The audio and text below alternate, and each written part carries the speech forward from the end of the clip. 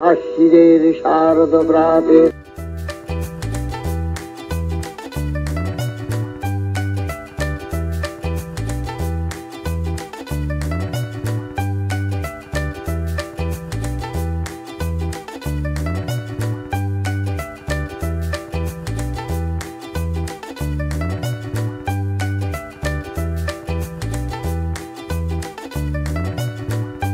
Hello বন্ধুরা, কেমন আছো সবাই?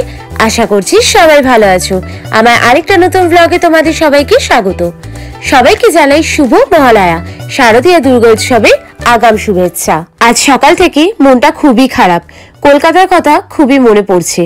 আজ মহালয়া, কলকাতা তো একেবারে আলোয় আলোকিত হয়ে আছে, একদমই ভালো লাগছিল না। আর নিজের মন খারাপটাকে দূর করার জন্য সকালবেলাতে একটুখানি মহালয়াটা শুনি।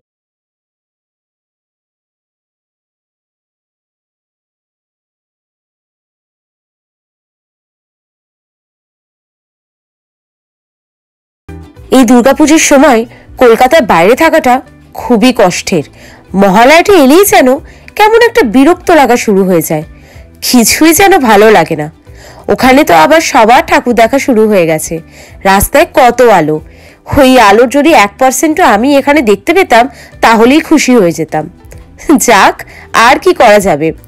এমনি আজ শনিবার, আর আমি শনিবার দিনে নিরামিষ খাই। আর সাথে যেহেতু আজকে মহালয়া, তার জন্য ভাবলাম একটুখানি লুচি আর পনির বানাই। ঠান্ডা লেগে আমার মুখের স্বাদটা একেবারে চলে গেছে, তাই ভাত খেতে একদমই ইচ্ছে করছে না।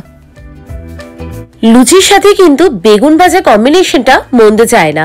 তার জন্য আমি যখনই লুচি বানাই, তরকারির পাশাপাশি আমি বেগুন ভাজাটাকে করি, আমার বেশ ভালো লাগে খেতে। আর আজকে আমি পনিরের তরকারিটার মধ্যে আলু দেব না, ভাবছি শুধুমাত্র এই ক্যাপসিকামটা দিয়ে আর ওই পিতি পোয়া, মানে এখানে কড়াইশুঁটিকে পিতি পোয়া বলে, তো এই টমেটো তারপরে কড়াইশুঁটি আর ক্যাপসিকাম দিয়ে ওই পনিরটাকে বানিয়ে দেবো। ওই মটর পনিরটা ওরকম ভাবেই হয়ে যাবে, আলু ছাড়া। ক্যাপসিকামটা মনে হয় একটুখানি কম হয়ে যাবে, দাঁড়ান আর একটুখানি দিয়ে দিই, তাহলে হয়তো একটু ভালো লাগবে।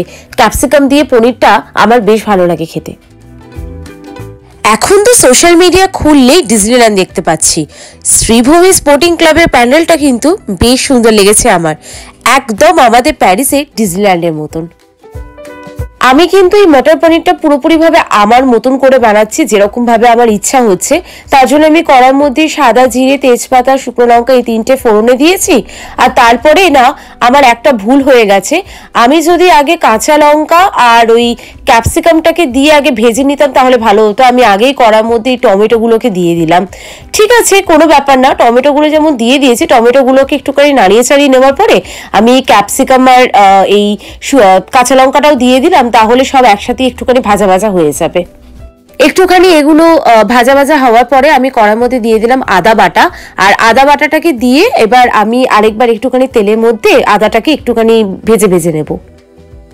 আচ্ছা, আমি তো আমার মনের কথাটা বললাম, আমার মনের দুঃখটা আমি বললাম যে আজকে যেহেতু মহালয়া, তার জন্য সকাল থেকেই আমার মনটা কলকাতা কলকাতা করছে।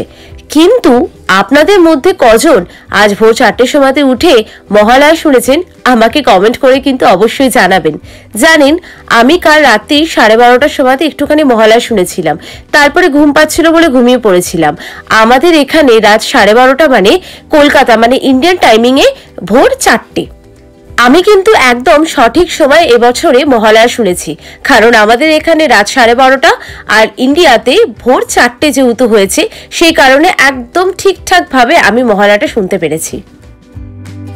আপনাদের সবার কি পুজো শপিং সবকিছু শেষ হয়ে গেছে, নাকি লাস্ট মিনিট শপিং এখনো পর্যন্ত বাকি আছে? পারলে কিন্তু এটাও আমাকে কমেন্ট করে জানাবেন। আমি কিন্তু সবসময় খুব এক্সাইটেড থাকি, জানেন তো, এই পুজোর প্ল্যানিং, পুজোর শপিং এইসব নিয়ে। পুজো এলেই না আমার মনের মধ্যে একটা আলাদাই আনন্দ চলে আসে। কি বলবো, মানে এটা আমি সত্যি কথা বলতে গেলে এই আনন্দটা বা মানে এই আবেগ বা ইমোশনটা না আমি বলে বোঝাতে পারবো না।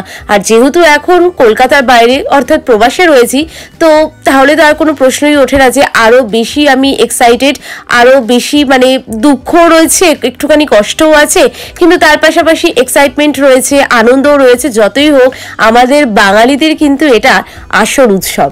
নিরামিষ পনিরে মশলা মানে তো আমি ওই নুন, হলুদ, মিষ্টি, ধনে গুঁড়ো, জিরে গুঁড়ো আর লঙ্কার গুঁড়ো এই কয়েকটা দিয়ে ভালো মতন করে মিশিয়ে নিয়ে এগুলোকে আমি একটুখানি অল্প অল্প করে জল দিয়ে কষতে দেবো। আর তার পাশে আমি এখানে ময়দার মধ্যে একটুখানি নুন, সামান্য চিনি আর একটু জোয়ান দিয়ে আর তেল দিয়ে মানে ওটাকে আগে ভালো করে মেখে নিয়েছেন। তারপরে এবারে আমি এটার মুখে ভালো করে গরম জল দিই, মানে যতক্ষণ আমার ওই মশলাটা কষছে ততক্ষণ আমি এই ময়দাটাকে ভালো মতন গরম জল দিয়ে মাখতে শুরু করে দিলাম। আমি কড়াইশুঁটি সবসময় ফ্রোজেনই ব্যবহার করি, তার জন্য আমি এখনো ওই ফ্রোজেন কড়াইশুঁটিটাকে এর মধ্যে দিয়ে দিলাম।